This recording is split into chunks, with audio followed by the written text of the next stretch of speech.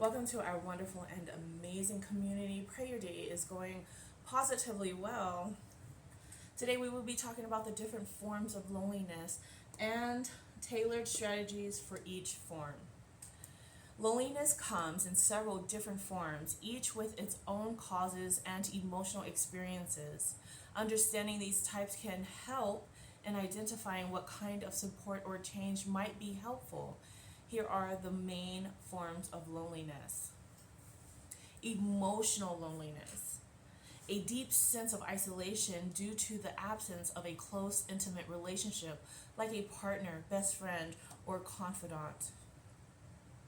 The common causes: loss of a loved one, breakup, estrangement, emotional distance in relationships. It can feel like emptiness, yearning for closeness, feeling misunderstood or unseen. Then we have social loneliness, the feeling of being excluded from a broader social network or group. Common causes: moving to a new place, lack of community, social anxiety, limited social activities.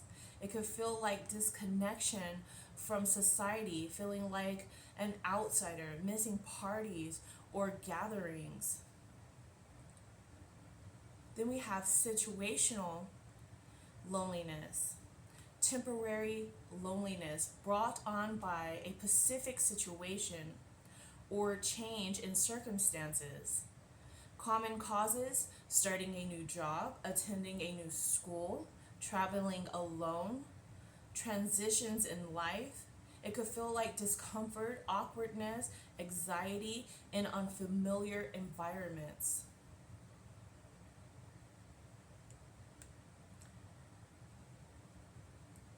We have existential loneliness, a more philosophical, deep seated sense of being fundamentally alone in the universe.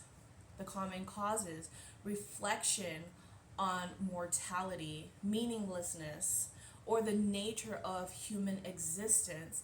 It could feel like a profound isolation, disconnection from others and the world, often accompanied by essential anxiety or depression. Chronic loneliness, a persistent long term feeling of loneliness regardless of the social situation. Common causes: long term mental health struggles, trauma, patterns of avoidance or withdrawal. It could feel like hopelessness, numbness, or despair, often impacts physical and mental health.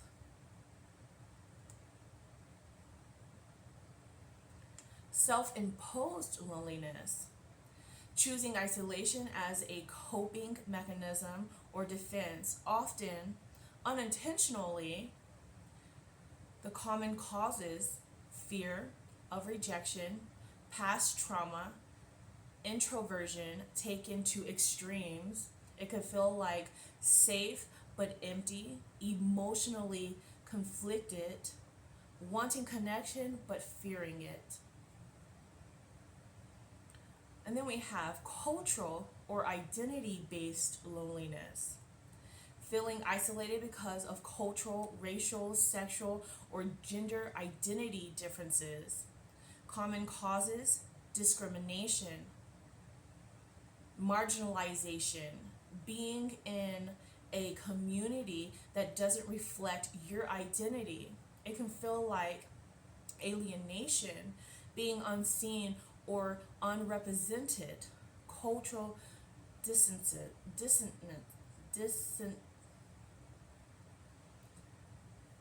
dissonance. Sometimes we have those words that we're trying to pronounce, right? Okay, so addressing loneliness effectively depends on the type you're experiencing. Here are tailored strategies for each one. Emotional loneliness, when you're missing close emotional bonds like a partner or best friend.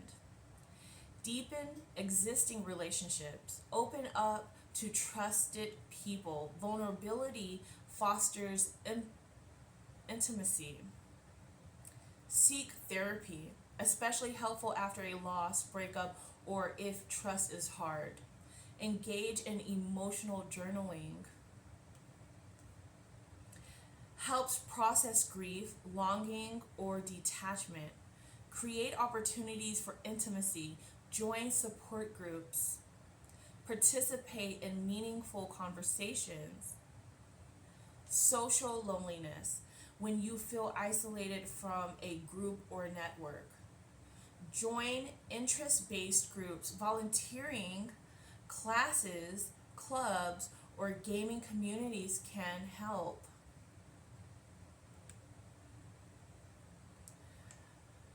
Rekindle old connections. Sometimes reconnecting with past friends is easier than starting fresh. Practice small social risks.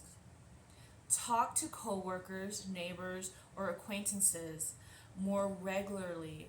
Use social apps, not just dating apps. There are platforms for friendships like Bumble, BFF, and Meetup. Situational loneliness, when your loneliness is tied to a recent change or environment. Establish routines quickly. Regular habits give a sense of stability. Reach out early. In new places, most people are open to new connections. You are not the only one. Stay in touch with your home base. Lean on old friends while you build new support. Reframe the situation. Recognize this loneliness as temporary and part of growth. Essential loneliness.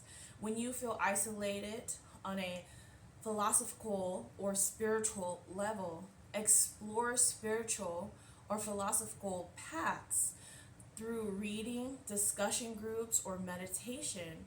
Create or engage in art, writing, painting, or music can help express and transcend essential themes. Find meaning in service. Helping others can offer purpose and a sense of connectedness. Talk to a therapist familiar with accentual therapy. They can help explore and normalize these thoughts. Chronic loneliness. When loneliness persists over months or years, work with a therapist. Chronic loneliness is often tied to deeper patterns or past wounds. Set gradual social goals. Start small and build consistency, one meaningful interaction at a time. Focus on wellness.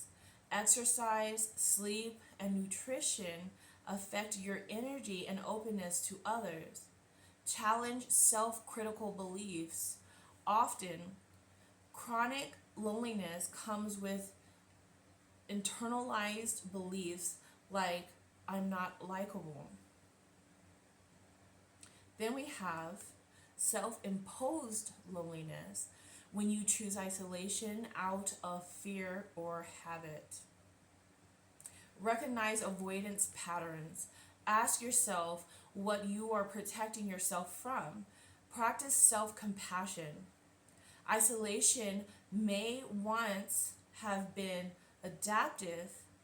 Acknowledge that. Take safe social risks. Start where the stakes are low, like online forums or casual events. Balance solitude with contact. You can enjoy alone time and still build social wellness. And last but not least, cultural or identity based loneliness. When you feel alone because your identity isn't reflected or accepted. Find identity affirming spaces, whether in person or online, or cultural community groups. Connect with shared experience mentors or peers. Solidarity is powerful. Speak your truth. If safe, share your experiences with those who might not understand. Engage in activism or advocacy. Turning pain into purpose can be empowering. Remember, you're not alone. Have a wonderful and a blessed day. Mwah.